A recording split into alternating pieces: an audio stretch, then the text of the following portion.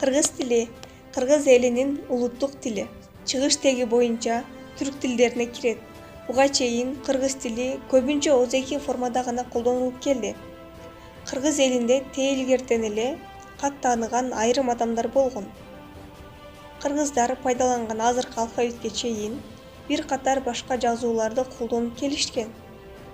Тарыхый маалыматтарга караганда, алар байыркы түрк урууларына таандык болгон Орхон Енисейлик рун жазмасын колдонушкан. Андан соң араб, латын алфавитине негизделген жазууга ээ болушкан. 1940-жылдан баштап азыркы колдонулуп келе жаткан алфавитке өтүшкөн. 1989-жылдын 23-сентябрында кыргыз адабий тилине мамлекеттик тил деген бийик статус берген атайын мыйзам кабыл алынган.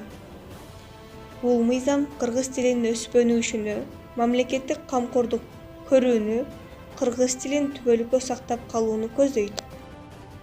Кыргыз тили мамлекеттик тил статусун алуу менен Кыргызстанда жашаган бардык улуттардын тилдеринин өнүгүшүнө кам көрүү Конституцияда тил мыйзамында баса көрсөтүлгөн.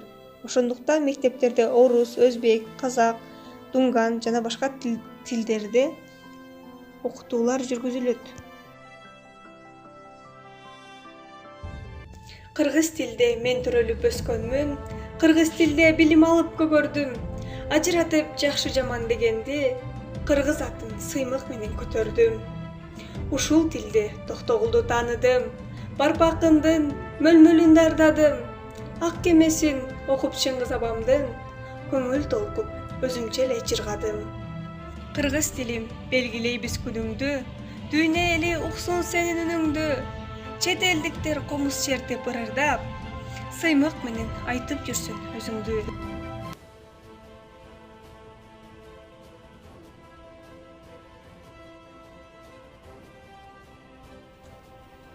Абийириңдей бийик тутса мурасты, аларды биз адам дейбиз уяттуу.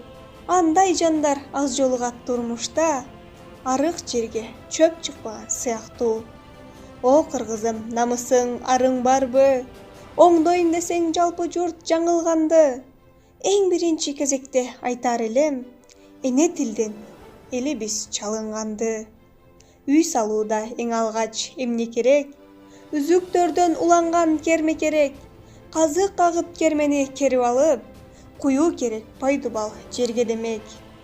Пайдубалың канчалык бекем болсо, пайдалуу иш-аракет эчем болсо, ошончолук дубалда түбөлүктүү, оңурайган кемчилик тез оңолсо.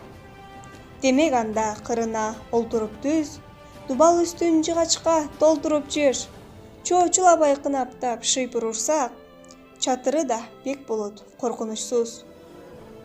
Корунбай берип көрчү ойго конок, кокустан чатыр сынса кайра оңолот. Дубалды шыбап койсо тура берет, пайдубал урап калса эмне болот?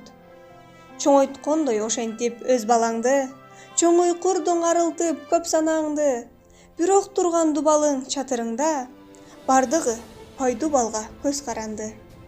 Андыктан келип турат эмне дегим, асманда эмес ойлорум жерде менин.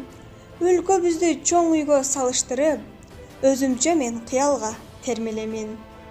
Мени жеди мезгилдин калдырагы, мертинип сезимдердин аргымагы. Эгерде Кыргызстанды үй деп алсак, эне тил анда анын пайдубалы. Билгендер байкап көрүп табат сырын, билбесең калк ишине жараш кыйын. Жан берип башың менен жер сүзсөң да, жарылган пайдубалды жамаш кыйын.